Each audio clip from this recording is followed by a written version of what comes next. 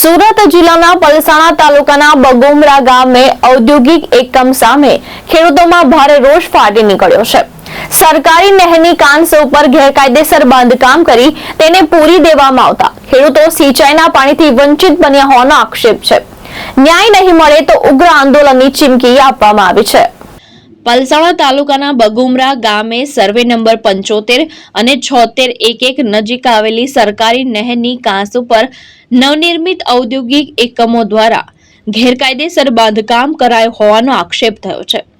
સ્થાનિક ખેડૂત પ્રકાશભાઈ વાસિયાના જણાવ્યા મુજબ વર્ષોથી આ વોટર કોર્સ મારફતે ખેડૂતો પોતાના ખેતરો સુધી સિંચાઈનું પાણી લાવતા હતા, પરંતુ ઉદ્યોગકારોએ કુંડીઓ બનાવી અને ગટરના પાઇપ નાખી નહેરનો માર્ગ અવરોધી દીધો છે, જેના કારણે પાછળના ખેતરો સુધી પાણી પહોંચતું બંધ થઈ ગયું છે। ખેડૂતોનો દાવો છે કે આ નહેર વર્ષો જૂની છે અને તેના પર તેમનો કાયદેસર હક છે। રજૂઆત છતાં ઉદ્યોગકારો દ્વારા યોગ્ય જવાબ ન અપાતા ખેડૂતોમાં આક્રોશ વધ્યો છે।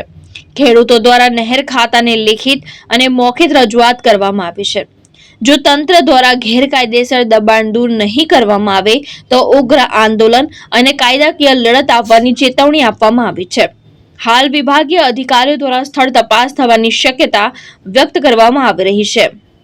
વર્ષો જૂનો ખેડૂત ખાતેદાર આ જમીનની ભૂતકાળમાં મારી હતી। અમે જે રસ્તે જે વોટર કોર્સથી પાણી લાવતા હતા ત્યાં આગળ એને આવી રીતના કુંડી બનાવી અને પાછળના ખેડૂતો જે પાણી લઈ જાય એ બધું ગેરકાયદેસર રીતના એને વોટર કોર્સ પર બાંધકામ કર્યું મિલનું અને પાછો ઉપરથી બધાને એમ કહે કે ભાઈ હું તોડી લો, બરાબર।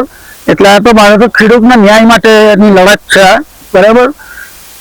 એટલે આમાં જાણ કરી નેર ખાતાવાળાને જાણ કરેલી છે અને નેર ખાતાવાળા કદાચ કાલ બોલાવવાનું કહેવાય।